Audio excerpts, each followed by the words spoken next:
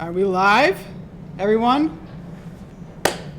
Everybody, I believe we're live. This is the first time for us, so if you can hear us, give me a good old thumbs up in the comments. If you can't, we're in trouble. We're live. All right. Thanks, Karen. Thanks for the reassurance. Everybody, welcome to Wild in the Galley. I'm Richie, and Chef Eric on the other side of the camera is getting his stuff all prepped up and ready. So I'm Richie. I'm the guy from Wild at Home, and Chef Eric over there is our esteemed James Beard nominated chef from Minnesota here. And God, we are so excited to be with you right now. This is incredible. We're coming live from a restaurant called Alma Restaurant in Minneapolis, Minnesota. It's a cold, brown December evening, and I'm glad you guys have chosen to come and share the time with us. You guys, this is a cooking class, and we're doing this for the first time, so please, I'll have to make a disclosure. Forgive us for any audio problems, video stuff. We're gonna figure it out together. So we're just glad that you're here, and a big thank you to our sustainers that are tuning in. You guys are incredible. We wanted to roll this class out to you guys initially because of all your support over the years. Thank you for being here. So, goodness. A couple things. I'm going to let Eric keep prepping, and then we'll kind of roll into him and make him talk more later. I guess, really, this class is going to be a mediocre dive into our recipe, our Wild in the Galley recipe, which we're premiering. So it's going to be a Salmon Rillettes. It's going to be a pickled apple relish, and then a fermented potato bread. And we're really going to kind of skim around the last two, and we're going to focus on the Salmon Rillettes. I would say that, let me see here. I gotta follow my notes, everyone, because this is, it's live, so you don't want to mess anything up.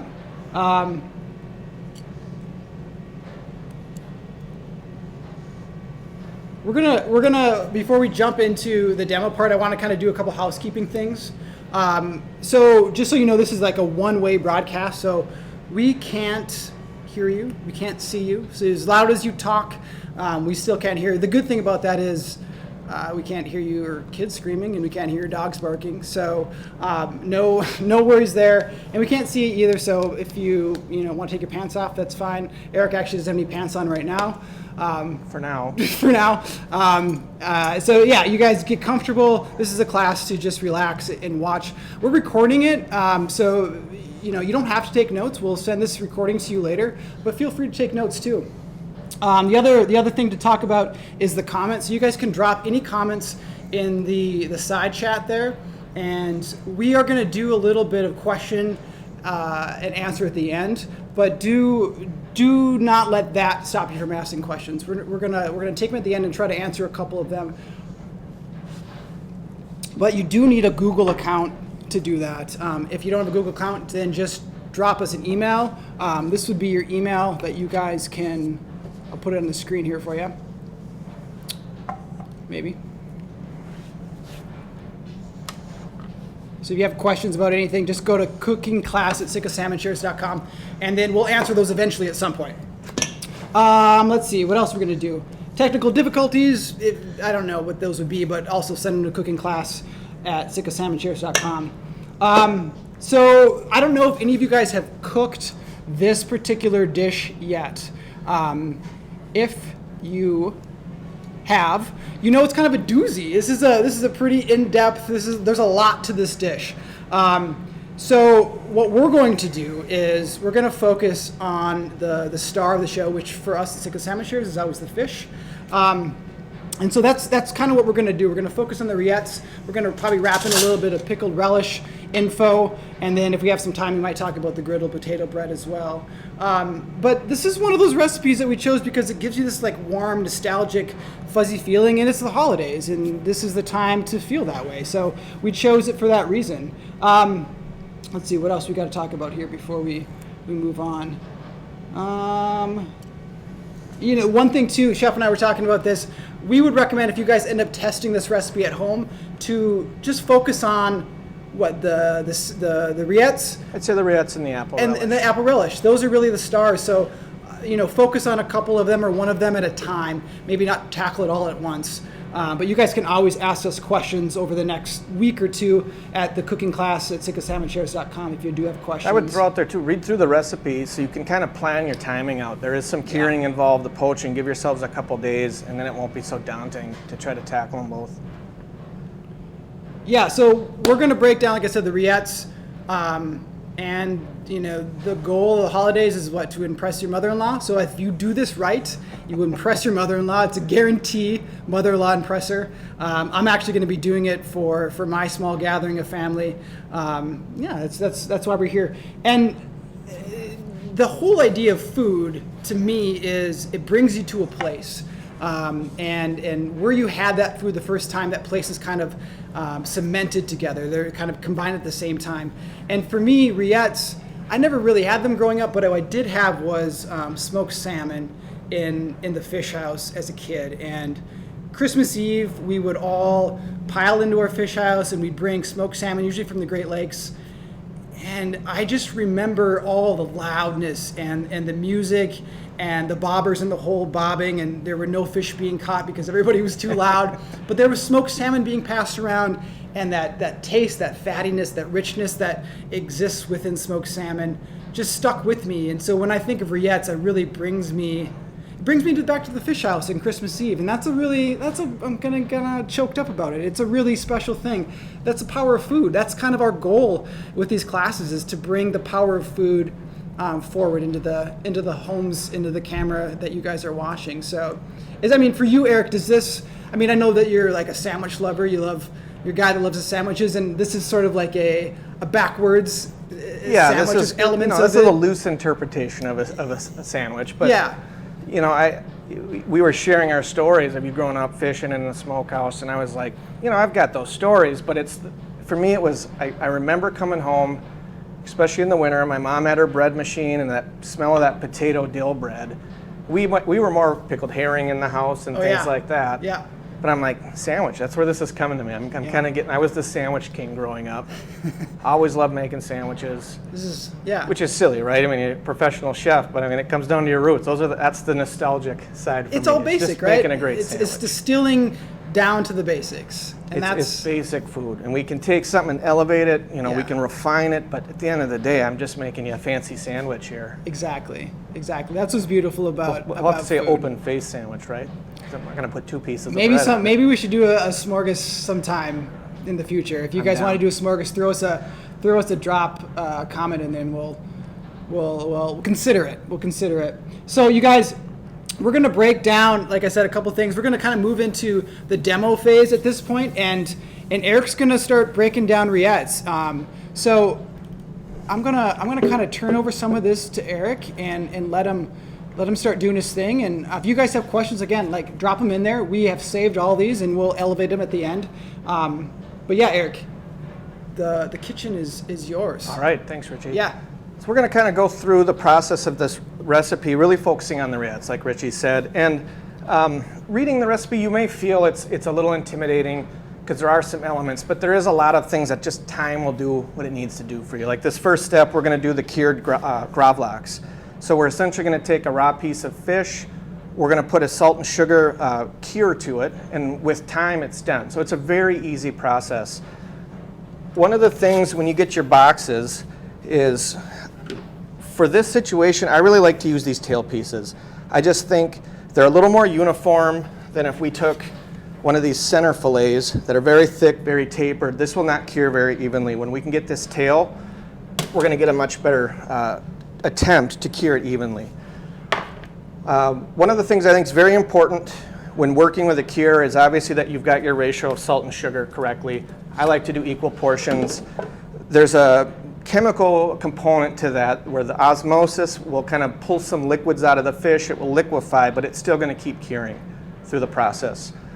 The other thing that I think is very critical is to toast your spices. And I know this is something not many people do, But toasting the spices will wake up the oils. It makes it much more fragrant. You can actually get by with a little less of the spice into the cure, and it's just going to aromatize your fillet of fish. This is a great chance to play. I'm going to do some fennel seed, star anise. I'm going to throw a little thyme in there because we had it, juniper and peppercorns. This is so when I do my gravlax or gravid-lox, those of you who've seen Wild at Home, we did an episode 6 about gravid-lox. We're going to be doing an episode, the last one of the season, a charcuterie board, and we're bringing gravid-lox back. And I played with clove in mine, and I think Eric's totally right. This is a playground for spice. You can there's really nothing that's too off limits. I would say maybe not. Really, there isn't. You can try different things. I mean, you could, if you've got the holiday budget for saffron, you're going to make a really beautiful orange yellow flavor. You may want to put a little bit of beet zest. Grate your beets into your sugar, and it's going to turn it a beautiful purple hue. So this is a chance to play.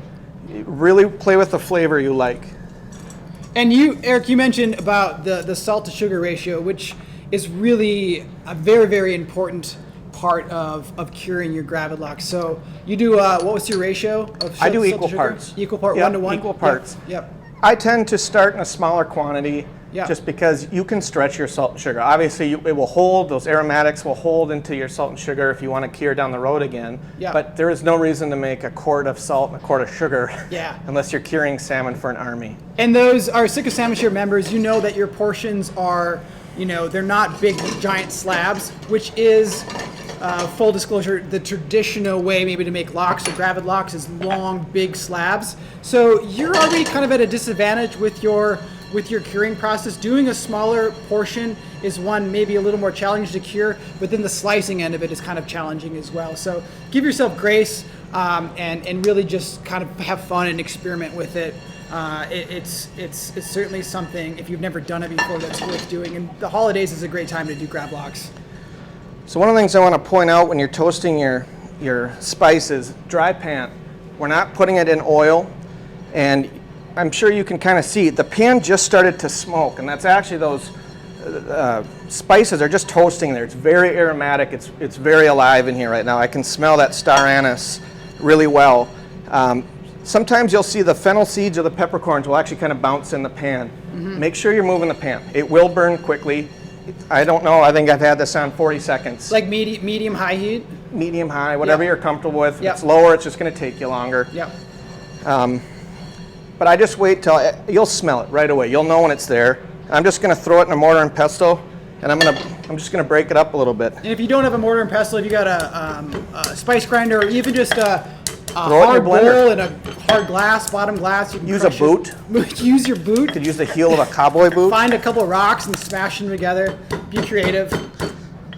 I can smell it here. It's delicious. Yeah, that star anise is just fragrant. Same thing I here. don't know if you guys know, we're actually in the same room. I'm looking at Eric. He's about 6 feet away from me. Safely distanced. Safely distanced. We are in a friend circle, so it's okay if we actually, kiss or get close to each other. It's quite all right. But yeah, I think it's really a game changer to heat your spices like that. I never did that until about a year ago, and it really elevates all of your gravid-lox for sure. So as you can see, I'm all over the board in the texture of these spices. Some chunks are big, some are small. That is completely fine. What I would say is I would not, if you go with your coffee grinder or a blender, do not pulverize it to a fine powder. Yeah. It just has a chance to overtake your salmon. It will really change the profile. So I'm going to add we'll say a half cup of salt, half cup of sugar. I'm just going to kind of toss this all around a little bit.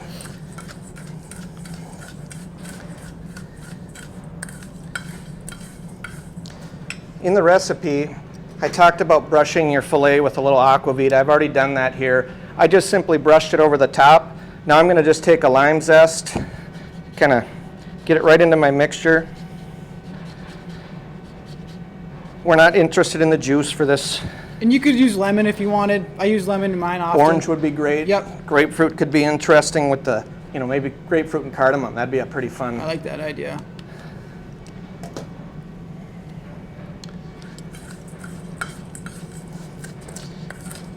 I can smell, I mean, the lime, everything. It's just really popping right now. It seems like an incredible, if you've never cured before, it seems like an incredible amount of salt and sugar, but really it's not. It's not. It's totally normal. I'm going to take a non-reactive container, something plastic, or at home maybe you've got a Pyrex or a glass. And what I do is I just put a little at the base, so that way I'm kind of curing from both sides.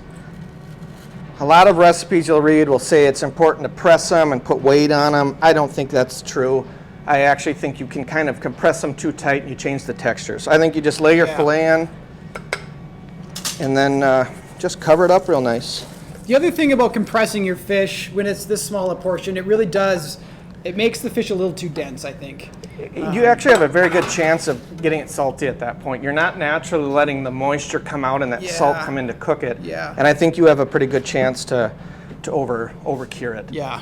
So cured fish, I'd wrap this in a little plastic film, chuck it in the fridge, and check it in 24 hours, see where it's at. Go to 24. We're going to be looking for something along these sides. Now obviously I've got different types of fish, so I've got coho and king, but it all works the same. So this is what we're going to end up with. And so you can drain.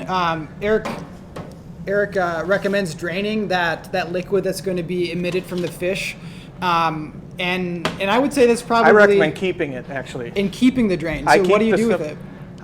What will happen is the moisture is going to leach from the salmon, and actually sugar, if you put it in the fridge, will melt. That's just the chemical component will melt. Right. So it's going to turn into a liquid on your cure, and I actually think just leave it on there.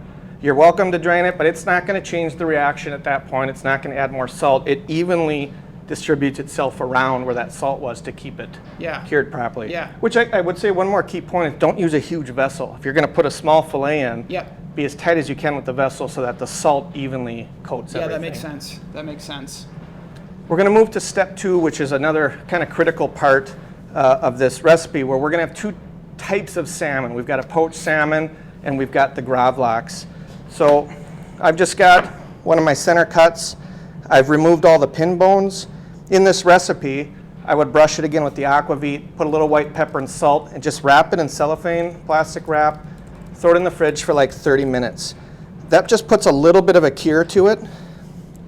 And then I've got a pot with some aquavit, some white wine. I've actually added tarragon because we had it. Put a little lemon in there. Can you use vodka or something? You can use any spirit instead of aquavit. You know, I would stay away from certain things that are just expensive. I'm not going to use a really nice, 30-year-old scotch because you're just wasting it. You're not going to gain anything from it. But choose your favorite spirit. If you wanted to try Grand Marnier and put just a little orange in it, that will work just fine. Awesome. Real simply, I'm just going to take my fillet and I'm just going to drop it in.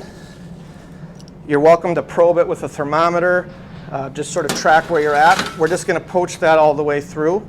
And why poach instead of could you bake it? I mean, what's the point of poaching when you're making rillettes? You could bake it.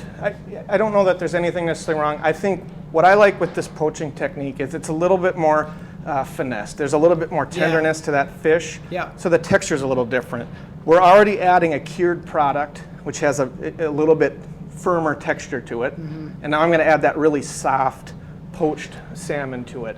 So I like the variation That makes where I sense, think if you bake it or you roast it, Yeah. you've firmed it up pretty quick. Right. And now we're kind of playing into the same textures. Right. So then where do we go from that? So what we're going to do next, we would take gravlax, which I know we've had some questions about how to properly slice and how we'll set it up for this. I'm going to tell you guys dish. how to not properly slice. Just tune in next Monday to Wild at Home, and I will show you how not to properly slice your gravlax. It was a disaster. And gravlax, it's tough to slice. Yeah, it's really tough. What I think is important to remember is we're cooking at home. Yeah. We want to have fun. We don't want to be stressed out on the holidays trying to make perfect slices for our bagels, right? Right. So if at the end of the day, you need to take your knife and you need to cut just straight down, slice it straight down. Yeah. You go whatever path you need to do. Yeah. One of the things I think is important, if I was going to slice this for lox or for a garnish, an appetizer of sorts, you need a long slicing knife. Yeah. If you were starting with something small like this, you're going to have the tendency to want to rip. You're going to be tearing through it. Even if it's crazy sharp, it's cured. It's going to stick. So I tend to go with a longer knife. And in this process, to get kind of that beautiful biased cut, we will lose a little of the edge because we're squared in the way it's coming from Sitka. So we're going to kind of clean that up. So what I do is I just slice a nice bias cut in there. This is a nice piece we'll save for something else, make a salmon dip, use it for your rillettes. Don't give it to your dog. Don't give it to your dog unless it's a great dog. It might have earned it. I don't know. Yeah. And then from there, you just kind of keep continuing the process. Very subtle little strokes with your knife. And as I get to the bottom of that skin, I just start to lay my knife flat again. So I'm just scraping the backside and the edge of my blade on the bottom of the skin. And that's really how you get a real nice, thin piece of gravlax. You know, that's perfect for a bagel. Really nice. I can see Richie right through it. I look good, don't I? It's beautiful. And to be clear, so this is for slicing gravlax. This is for doing rillettes. We're actually going to be doing a different cut, right, Eric? We're going to do a different Yep. cut. So what I'm going to do for this, same thing. I'm going to kind of come at an angle, and I'm going to work to push it off the skin here. So we're going to take the skin off. And now you can cure your salmon. Would you always recommend skin on? Is there any benefit to doing skin off? I would say cure it with the skin on. Yeah. It just puts a little buffer from that salt in Yeah. between that bottom layer. And even you can see here, I kind of missed that edge of the skin. These small fillets can be difficult, but it's easy. You just trim that off and just keep your knife nice and flat and slice it up. Yeah, so if you have a fillet knife at home, that's what I usually go to because they're always thin, they're always flexible, and usually they're sharp if you're keeping your fillet nice up. So I would always use a fillet knife for your gravlax cutting. So to finish our rillettes, though, we're going to try to change the cut up. So I am going to use this because I've got it. I'm going to go back to my chef's knife for this. Yeah. And what I'm going to do, see where my bias is, and I'm actually just going to cut them down into little 1/4-inch strips. So the idea of a rillette is, what kind of texture are you going for between the poached salmon flake and then the cured gravlax? How does the cut affect the texture? Well, what you're going to get is, when I get to the poached, I'm going to be flaking it more with my hands. But because it's poached, it's already more delicate. Those fats have kind of leached through. You'll see little bits of white fat on your salmon, your fat. This has a little bit more toothy texture. You know, if we were talking pasta, we'd be more al dente with this, right? A little bite to it. So now I've got that contrast of textures. The cured salmon is going to have a little bit more salt forward. It's going to have those aromatics. So now we're going to have a little punch of salt, right? So this is almost part of our seasoning, is we've got this gravlax, and then I'm going to enrich it with the other. So I like multiple mouthfeels when we're eating. We add all that fat with it. We had the butter and the creme fraiche and some egg yolks. Yeah. Now we're just getting over the top with luxurious. I gotta grab a little slice.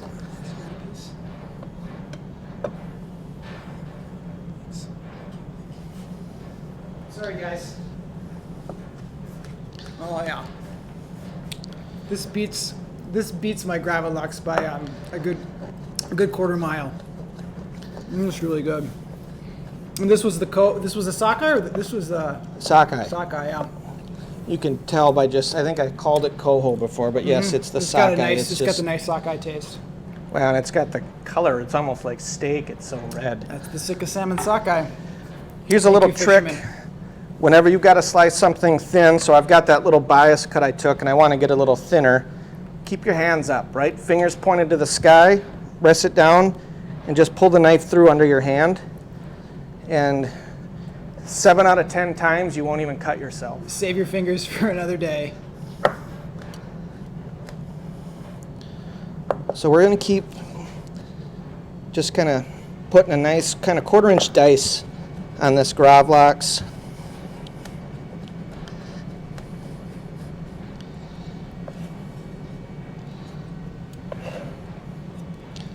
I think we're good where we are. A little cleanup. All right.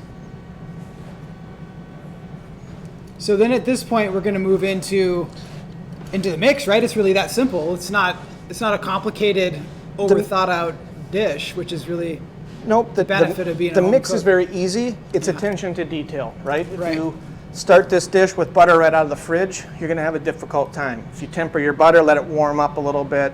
You know, if you're making creme fraiche, make sure that's made before you step in. Right. You can use sour cream. We're going to dice up some shallots here.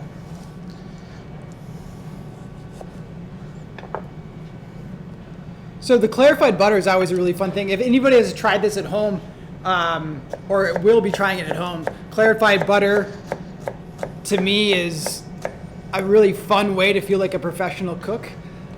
There's a couple probably ways to do it, right? There's several ways. The hard way, the easy way, the medium way. What would you say for a home cook, the best way to do clarified butter? Because you're going to be topping, I should clarify, you're going to be, no pun intended, you're going to be topping the top of your rillettes with this clarified butter to make a seal for it, right? That's where it gets airtight. That's what allows this to be more of a preserved food. It's going to be shelf stable because we've made it airtight in a small jar. There's several ways to do clarified butter. You know, there's the old school French way where we're slowly going to bring the heat up. The milk solids are going to come to the surface. We're going to skim them.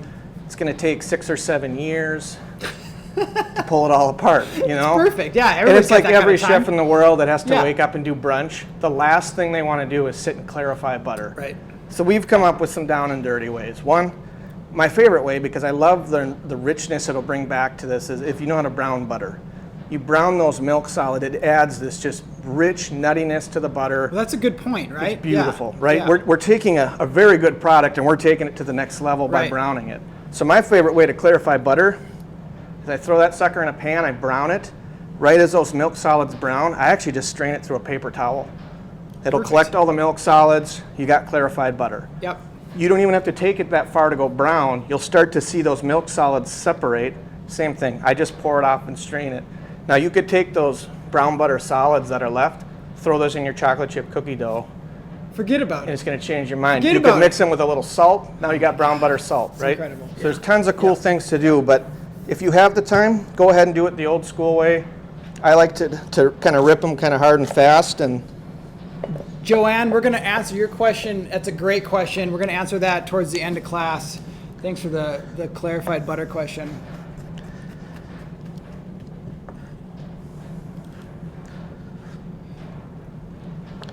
shallots, very easy. I like to use a smaller knife for it, but I cut them in half, similar to an onion. I follow the contour, the very thin. So there's this, So this theory that I've been playing around with over the last couple of years of my home cooking is the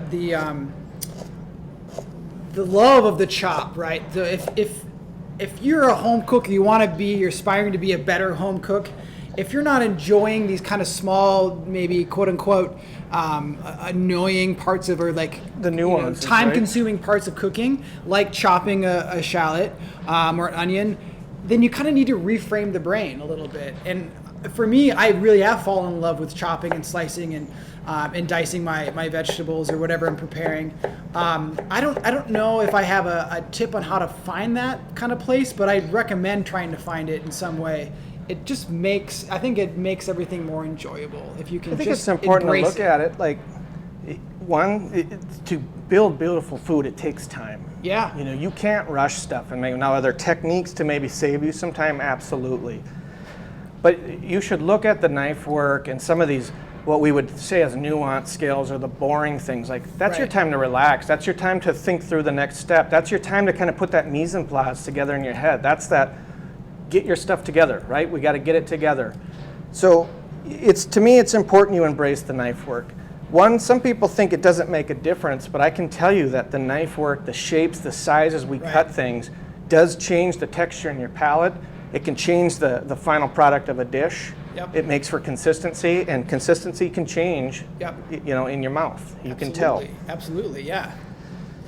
Shallots are a perfect example, right? If we went with really large cuts, now we're going to have this very abrasive, strong, almost spice heat. You know, garlic and onions can have heat to them.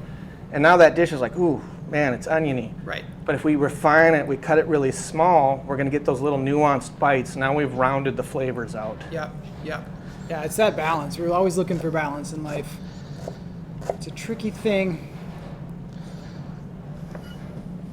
So yeah, as chef keeps on chopping and cutting away, the other elements of this dish were the fermented potato bread and the pickled relish. We might not get the time to do the fermented potato bread, but as you're chopping there, Eric, anybody that's going to do the bread at home, any like top end tips or like what makes it fermented maybe, or like what is one thing they need to keep in mind when they're making that bread?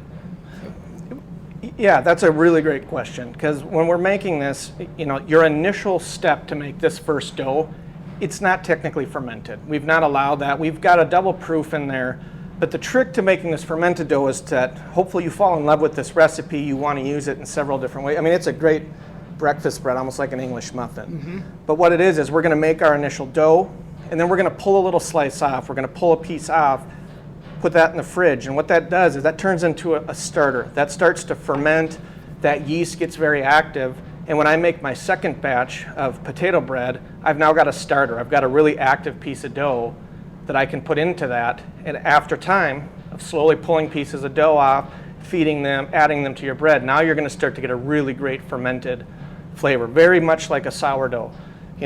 It's people wonder why they can't replicate a San Francisco sourdough. Well, some of these bakeries have a starter that's 100 years old. Right. They've been feeding and taking care of it. Yeah, are there any sourdough makers out there? Any fermented bread makers? Drop your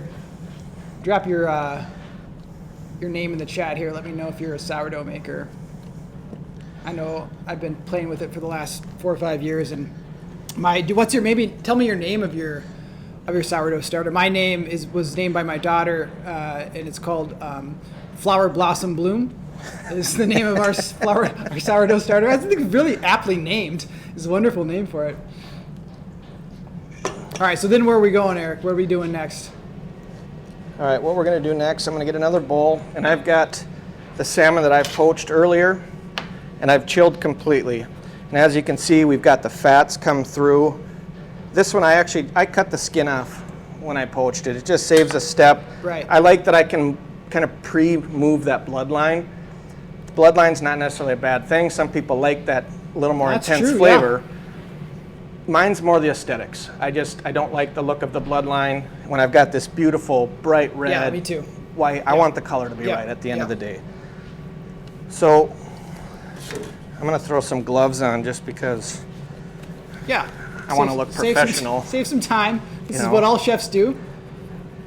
And what I'm going to do here is I'm going to take this poached salmon, I'm going to rip the glove, putting it on my fat hands.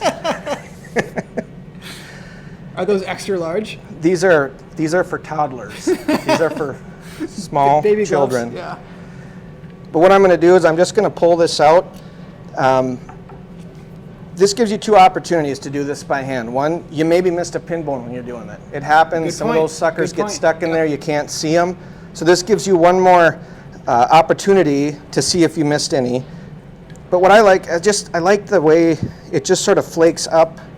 It's a little lighter. It seems like a nice tactile feel. It's kind of my favorite part of rillettes, is just crumbling up the poached salmon. If anybody has questions about poached salmon, drop them in the chat here. I'll try to elevate one at the end.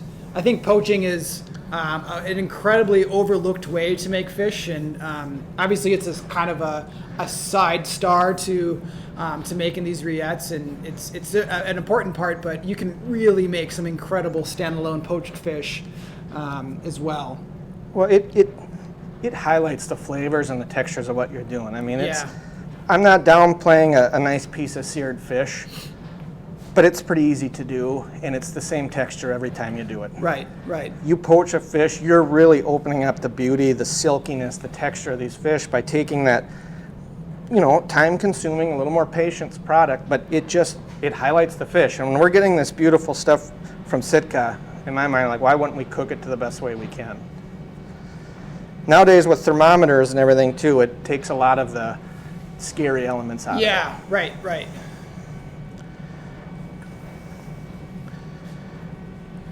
So yeah, basically once you get all that broken up, now we're gonna be. Are we at the point of adding? Like we're just gonna start.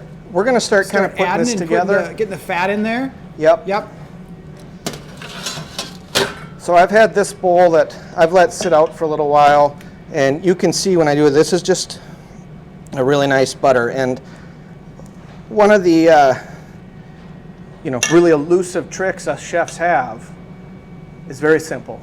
We just start with really great product. Right.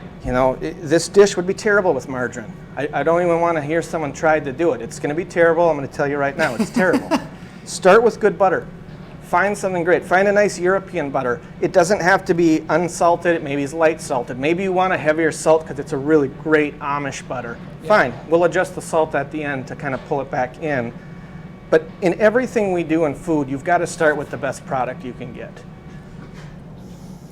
So I've got some butter that's fish, right, guys? It does, absolutely. So I've got some butter that I've softened up. You could throw this in your Vitamix and whip it up if you needed to.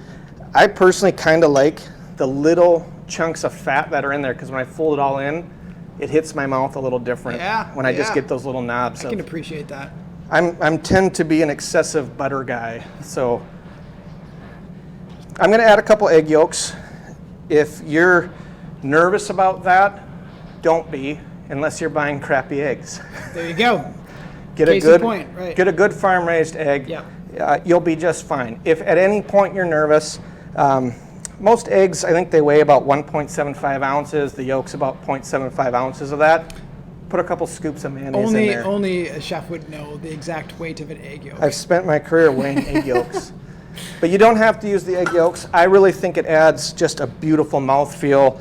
There is enough acid in this as well that I think it does take any danger out of the yolk that would be there. So everybody, as you're still watching here, we're gonna roll over probably to 7:30. So we're gonna probably go over like 10-15 minutes, and I understand if you got to roll out, but stick with us. We're gonna do some stuff here at the end too. We're gonna do a little secret giveaway for you. Keep you around if you want, but just give you a little time there for you. So I've got my egg yolks. I've emulsified into the fat. I've added my creme fraiche. Same thing. I'm just going to get a nice blend. It doesn't need to be super thorough because it will come together. And we're going to add our shallots.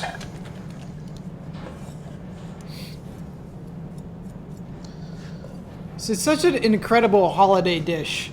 I don't know what it is. It's kind of like an intangible why this seems like a Christmas dish. Maybe it's because there's a lot of like decadence to it.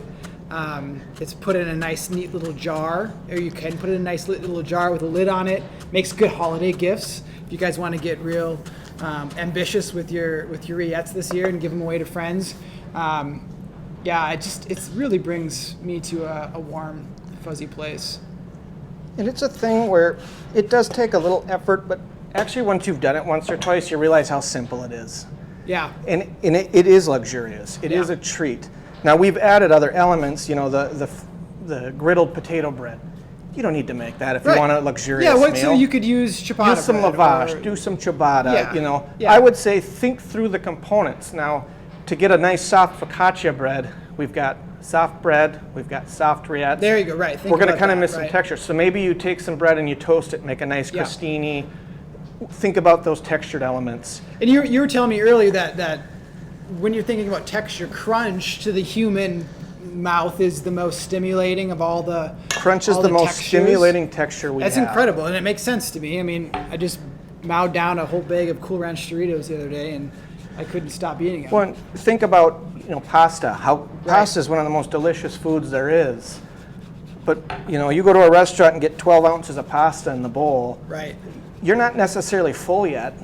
You're not to the end of it. It's that your mouth is a little bored with it. Everything's soft. Right. Everything loses a little bit of that vibrancy to it. That's what's cool about this dish. You pull it all together, and we had a little bit before we started going live here, and it was a varied version of what Eric is doing right now, but it had all those elements, all those texture elements. This is really fun. I think that's what makes food fun, is when you really can.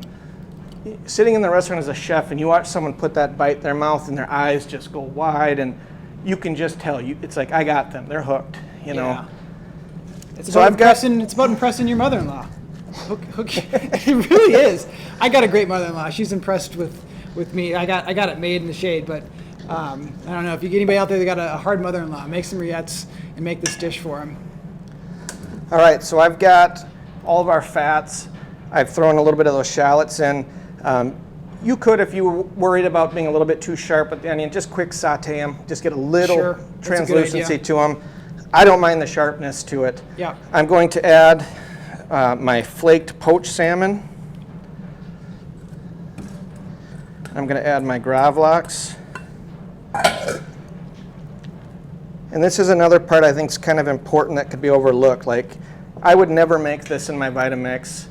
I was just going to say, why don't you just mush it all together, right? I think at that point you've got salmon butter. Right. Right? We want to preserve those textures, so we would just want to fold. So I turn my bowl up and I take my spatula and I just keep folding, turning until I feel that it's nice and just kind of lightly pressing on the top, pushing down a little bit with your spatula, it looks like. Yep. Yeah. Here's another part I'd say is very important at this step. Take a taste now. Yeah, I want to taste. We've added, we've not added any salt to this yet. So our seasoning is coming at this point from the gravlax, and if we've used it salted butter or something in that end. So this is kind of your chance to make sure you don't over-season This is the test, if I like it. Already I like it, it's so good. I think it could take a little more salt though. What do you think? Yeah, at the end, yep. Yeah, I need a little bit. It kind of hits there, but I just think a little more. There's so much aroma in the first bite, like the top of my nose. It just pops. Oh, it's good, you guys. You can do this at home. You can do it at home. That's what's so great about it. I'm going to give you another secret, right? Seasoning with salt's kind of like getting a haircut, right?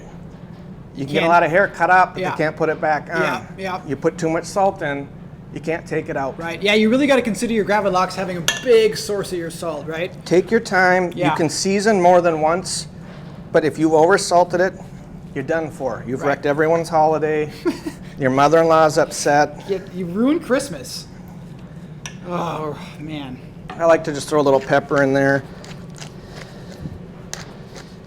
Now, one of the things I'll talk about with this dish and just the way I cook is I like to focus on componentry cooking. So this is not the only element of this dish. So while I could take and squeeze a bunch of lemon juice into here, I could add a little rice vinegar, I could bury that. We're adding a pickled element to it. So we're going to get acid in a component, we're going to get texture in a component. So you want to think through all the elements of your dish. You know, if we season this perfectly right now, when we get that final bite, it could be over-seasoned because we didn't count for the acid in the apples or other things like that. The balance of it, right? Yeah. With this, play with the herbs. Tarragon would be delicious in this. I'm going to garnish the end with it. Dill would be incredible in here. Parsley, I would do flat leaf parsley. I think curly parsley might be too stringent. I think it might make it taste a little soapy. If you wanted to add a little more citrus without the acid, a little orange zest would be beautiful in here. But you've got a really nice basis of something that at this point you can kind of see where you want to go. Brian, that's a super good question. We'll bring your question in to the end about poaching. Thanks, man. So then at this point, are we ready to pull it together? We're ready. We've got our rillettes are made. I'm happy with where they're at. I'm not going to add any more herbs at this point. I think our seasoning's beautiful. Okay. So I'm gonna let you do your plating thing, and you guys, like I promised, we're gonna do a little surprise giveaway. And if you're making gravlax at home, and you're like, I don't have anything to cut it with, fear not. We one of our small little sponsors for While at Home has given us a little bit of knives, and we're carrying them over here to While in the Galley. So we're going to give away this nice Bubba knife. It is a 9-inch tapered flex blade. It's awesome. I use one at home. I use an 8-inch one. So as Eric's plating, we're going to draw a name. It's very random. So we have a fish bowl that I filled with one name. Let's see, who is it going to be? This was all done actually on electronically configured. So it was random at some point, but we put, who is it going to be? Is it going to be Eric Harsey? I think it would be rigged if it was Eric. I'm pretty sure I won it. It was Sandra Frey coming in across the finish line first. Sandra Frey, you won a 9-inch tapered flex Bubba knife. All you got to do is, well, you don't have to do anything. We got your email. We'll contact you, and we'll send you this wonderful sharp knife to make delicious gravlax with. So if Eric's plating out, if you guys have any questions, keep them coming. There's some good ones dropping in. Good job, Sandra. Sandra. I think it's Sandra. Are you watching, Sandra? Are you in? Do we see her? If you missed it, Sandra, there you are. You're welcome. You're very welcome. I hope you need one. Extra, great grip on these. So, Eric, are there like go-to tools that I need when I'm going to be doing a plating? Like, again, I have a mother-in-law that I need to impress. Do I need any go-to tools for final platings to really elevate it? I know we could eat this on one plate and not like do this whole thing, there's but a it's lot fun, of ways. right? We It's could fun. be very rustic. If we want Yeah. to do, I mean, we've made an elegant, refined dish. Let's plate it refined. Yeah, right. And a lot of chefs, you see most chefs, when they come in someone else's kitchen, they've got their own. This is a bain marie. We fill them with spoons, all different shapes. We steal them from each other's restaurants, But spoons are very important. They're a lot more finessed than big spatulas or big wooden spoons. I think 2 different type of cake spatulas are nice. Yeah. This works great for picking up fish. As you can see, I put these rillettes into a little ring mold. I was able to press them really nice, and it's because I was able to use a cake spatula. If you want to get really fancy for your mother-in-law, you got to get the tweezers. These are not for eyebrows. These are to look extremely fancy when you're putting your dill and your herbs. Wow. Because anyone can do their fingers, but it takes a real chef to You use guys the could use your tweezers. fish tweezers for this. Double purpose them. Those that have gotten our pin bone tweezers in their boxes, just use them for plating.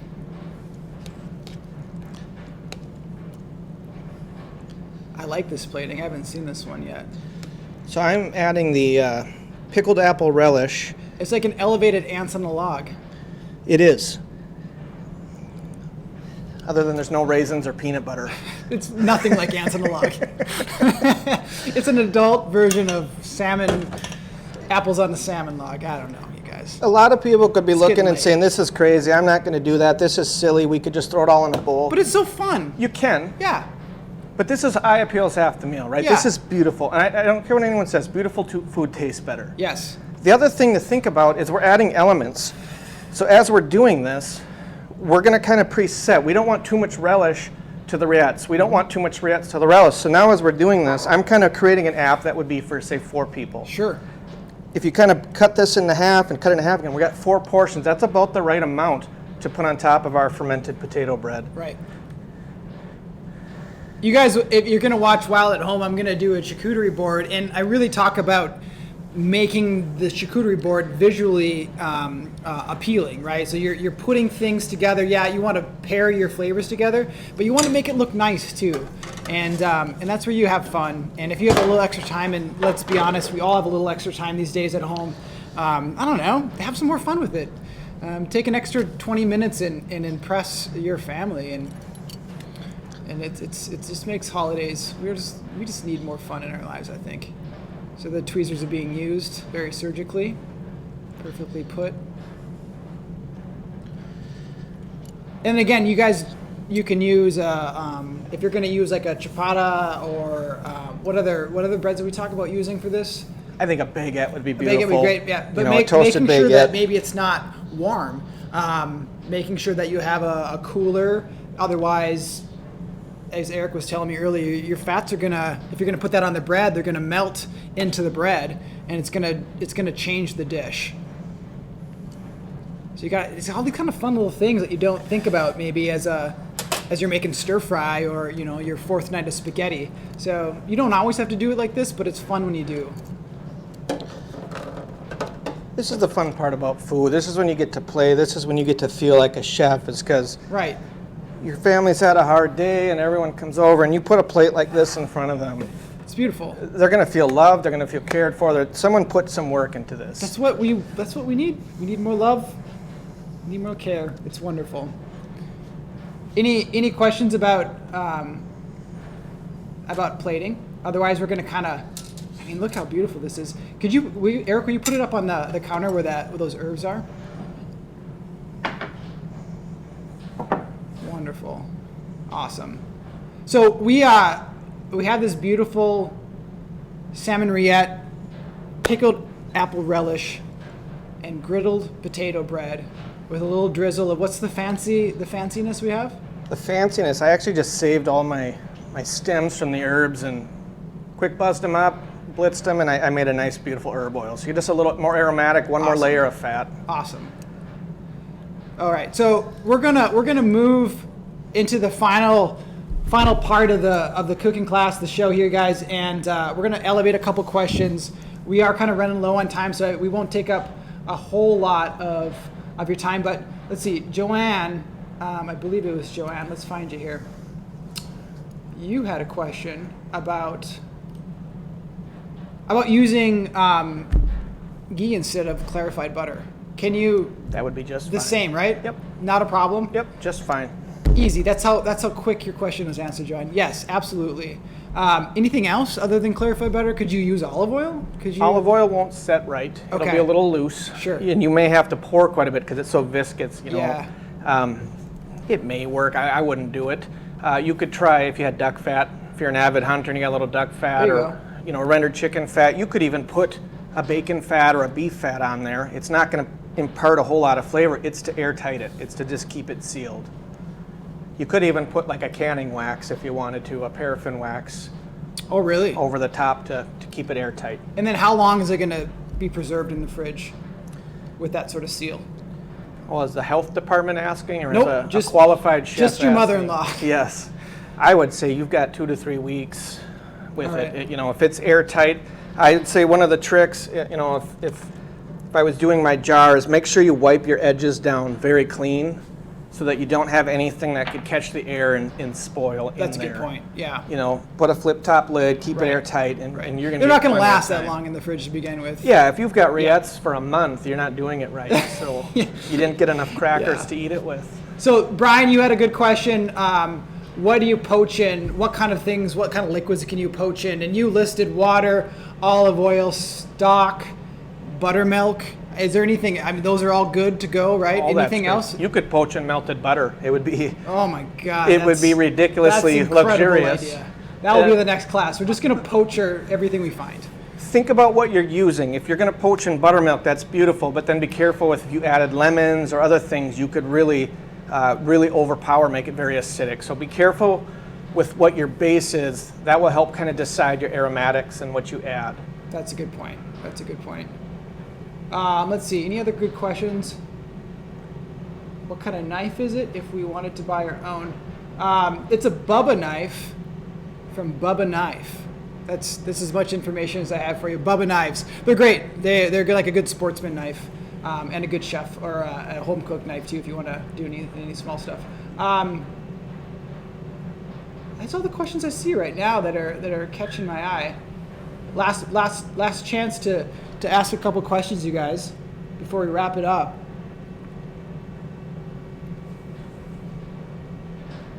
What other fish would work well for rillettes? That's from Jeffrey. Thanks, Jeff. Yeah, that's a great question. Whitefish would be really nice. Could you do Pacific cod? What kind of, would it have to be a fatty fish, like a black cod? It needs to be a fattier fish. I think a black cod, you could probably pull it off. Sablefish? Yep. I would, you could mix fishes. You could do that too. You could have your gravlax. That's cool. And you could add the poached fish in a different element. Sure. But you want it to be a high-fat, sort of oily fish. Yep.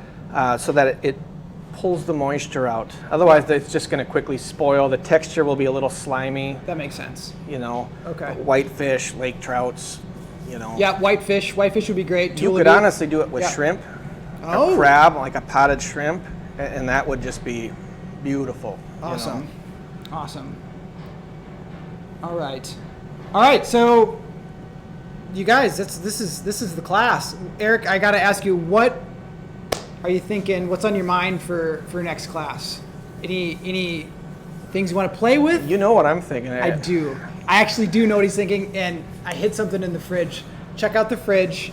This will be a little teaser for our next class. Eric has been talking about getting his hands on some of this. And I'm like, I don't know if we can, if we got to take care of our members first, but I was able to pull a little bit away. So He reads my mind. we're gonna I think some crab would be pretty fun. we're gonna do a little crab, right? What can we do? Any ideas you want to throw around for crab? This is for our January class. Well, it's endless, We right? could do a stew, a crab stew. We could Crab do dip. Crab dip, cakes. You know, we It's gotta could be- crab cakes. I think we can go a little further. We could than go crab further with cakes. that. I think so too. I think we can do better than a crab dip. You know, we've got these shells. We could make a beautiful stock. Pull We got to the meat use out. everything. Yep. I mean, I bet we'll do something that has butter with it. Well, yes. This is Minnesota Midwest. Yes. We're not going to skip on the butter. It is a food course. This is, Yeah, it's butter isn't. It's not a food unless there's butter in it, right? Well, you guys will have to stay tuned for that. We're not quite sure what it's going to be yet, but please do stay tuned. I'm going to try to get a little thank you on the screen here. We are at Alma Restaurant, and Alma's here in Minneapolis. If you guys are from Minneapolis, ever visit Minneapolis, if you're not, it doesn't matter. Just Alma's a local restaurant, and this is about supporting your local restaurants right now. We're going to really, this is rough. There's a lot of things happening for our restaurants, against our restaurants. And so if you have a local restaurant that you love, or you maybe haven't tried yet, go. And if they have takeout and pickup, go support them. Alma's been gracious enough to give us the space to do our show for the coming months, and we just want to thank them. So yeah, if you're in Minneapolis, come check out Alma. Otherwise, just support your local restaurants. It's so important right now. That community is really needed. And then yeah, you guys, happy cooking. Next class is going to be around January sometime. You guys will have to stay tuned. I want to thank you for being incredible people, incredible humans, incredible members. You guys help us exist, and I hope that we can provide you and continue to provide you with incredible seafood. Our fishermen thank you, we thank you. And that's kind of it. I'm going to sign off. I'm going to go over and eat some of this food from Eric. And all the best, you guys. Enjoy your holidays. Thanks for tuning in. And we'll see you next time around in January.